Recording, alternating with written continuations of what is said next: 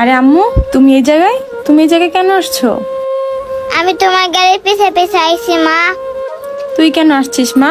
আমি তো তোকে আসতে নিষেধ করেছিলাম। শোন, আজকের পর থেকে আমি আর তোর মা না, আমি আর তোর সাথে কোনোদিন থাকতে পারবো না। তুই কেন এসেছিস মা?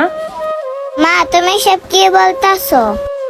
এই শোন, আজকে থেকে আমি আর তোর মা না, তুই এখন এখান থেকে চলে যা। এই, তুই এখনো দাঁড়ায় এখানে কি দেখতেছিস? যা এখান থেকে। মা আজকে না আমি সারাদিন কিছু খাইনি। কি বলতেছিস মা? তুই সারাদিন কিছু খাসনি? আয় মা, তুই আমার বুকে আয়। মারে, তোরে নিয়ে আমার অনেক কষ্ট হয়। তুই সারাদিন কি করিস না করিস, কিন্তু আমি কি করব মা? তোর নানা তো আমার কোনো কথাই শুনলো না, আমাকে জোর করে বিয়ে দিয়ে দিল। এখন তো আমি অন্যের স্ত্রী। সে কি এখন তোকে মেনে নেবে?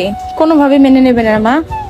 শোন মা, তুই একটা কাজ কর, তুই এখান থেকে বের হয়ে যা। আমি তোকে মাঝে মধ্যে লুকিয়ে লুকিয়ে দেখে আসবো, তোকে অনেক মজা কিনে দিয়ে আসবো, খাবার কিনে দিয়ে আসবো। তুই এখন এখান থেকে চলে যা মা।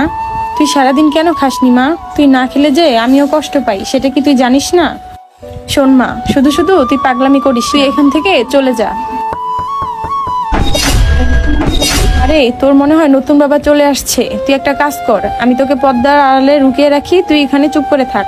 সোনা মা আমার, কোনো কথা বলবি না, চুপচাপ এখানে দাঁড়িয়ে থাকবি। আল্লাহই জানে আজকে কি ধরা খেয়ে যাবো নাকি। যাই হোক, দরজাটা খুলে দিই। কি ব্যাপার, দরজা খুলতে এত দেরি হলো কেন? না, কিছু না, আসেন।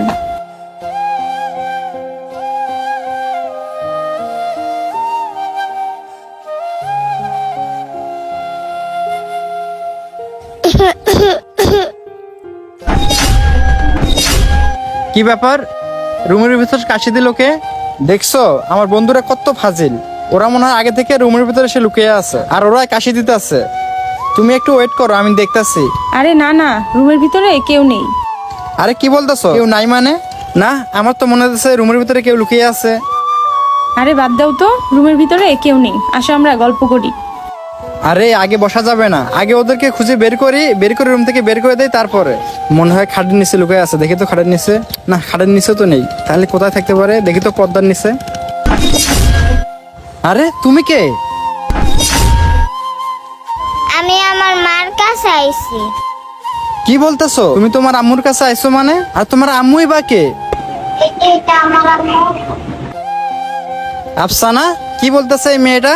তুমি নাকি ওর মা? আরে জীবন, তুমি ভুল বুঝো না, বাচ্চাটা কি বলতে যে কি বলেছে, ও তো একটা ছোট মেয়ে। আম্মু তুমি মিথ্যা কথা বলতাছো কেন? তুমি তো আমার মা। আফসানা, তুমি সত্য করে বলো তো, ঘটনাটা কি? আর এই মেয়েটা কিসব বলতেছে? হ্যাঁ, এই বাচ্চাটা যা বলতেছে তাই সত্যি, আমি ওর মা। এই তুমি চুপ করো। আফসানা, তুমি এত বড় সত্য একটা ঘটনা তুমি আমার কাছে লুকিয়ে রাখছিলা? তোমার আগে একটা বিয়ে হয়েছিল, তাও আবার একটা বাচ্চাও আছে। শুধু তুমি না, তোমার ফ্যামিলিও আমার কাছ থেকে ঘটনাটা লুকিয়ে রাখছিল। তুমি শুধু আমার সাথে না, তুমি এই ছোট্ট মেয়েটার সাথেও প্রতারণা করছো। কিন্তু কেন বলো আমাকে? চুপ করে আছো কেন? আর শোনো, আমি এরকম প্রতারণা মেনে নিতে পারবো না। আর শোনো, এই সমাজে আমার একটা মান সম্মান আছে। তোমরা সবাই মিলে কেন আমার সাথে এরকম কাজটা করছো? আফসানা শোনো, আমি আর তোমাকে নিয়ে সংসার করতে পারবো না। তুমি এখনই আমার বাসা থেকে বের হয়ে যাও এই বাচ্চাটাকে নিয়ে। হ্যাঁ, আমি এই বাচ্চাটাকে নিয়ে চলে যাব, কিন্তু শোনো, আমি তোমার সাথে এত বড় প্রতারণা করতে চাইনি, কিন্তু আমার পরিবার আমার কোনো কথাই শোনে নাই। আর তুমিও তো আমাকে দেখে পছন্দ করেছিলে, তুমি অনেক ভালো ছেলে, তাই আমাদের পরিবার আমাদের বিয়েটা করিয়ে দিয়েছে। শোনো জীবন, আমি নিজেই তোমার সাথে আর সংসার করব না। আমি চাই না আমার জন্য তোমার এত সুন্দর জীবনটা নষ্ট হয়ে যাক। জীবন, তুমি তোমার মতো সুখে থাকো।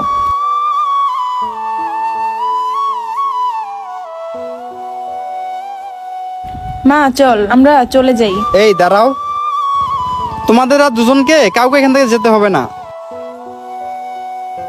আমাকে তুমি ক্ষমা করে দাও, আমি তোমার জীবনটা পুরোই নষ্ট করে দিয়েছি, আমাকে চলে যেতে দাও। সবচেয়ে বড় কথা কি, আমি আমার মেয়েটাকে ছেড়ে এক মুহূর্ত থাকতে পারবো না। জীবন, তোমাকে আমি একটা কথা বলি, শোনো। তুমি কি জানো আমি চলে আসছি দেখে এই মেয়েটা আজকে সারাদিন না খেয়ে আছে।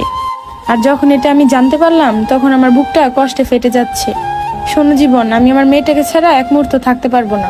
প্লিজ তুমি আমাকে আর আমার মেয়েকে যেতে দাও। শোনো আফসানা, তোমার এই মেয়েকে নিয়ে তোমাকে আর কোথাও যেতে হবে না।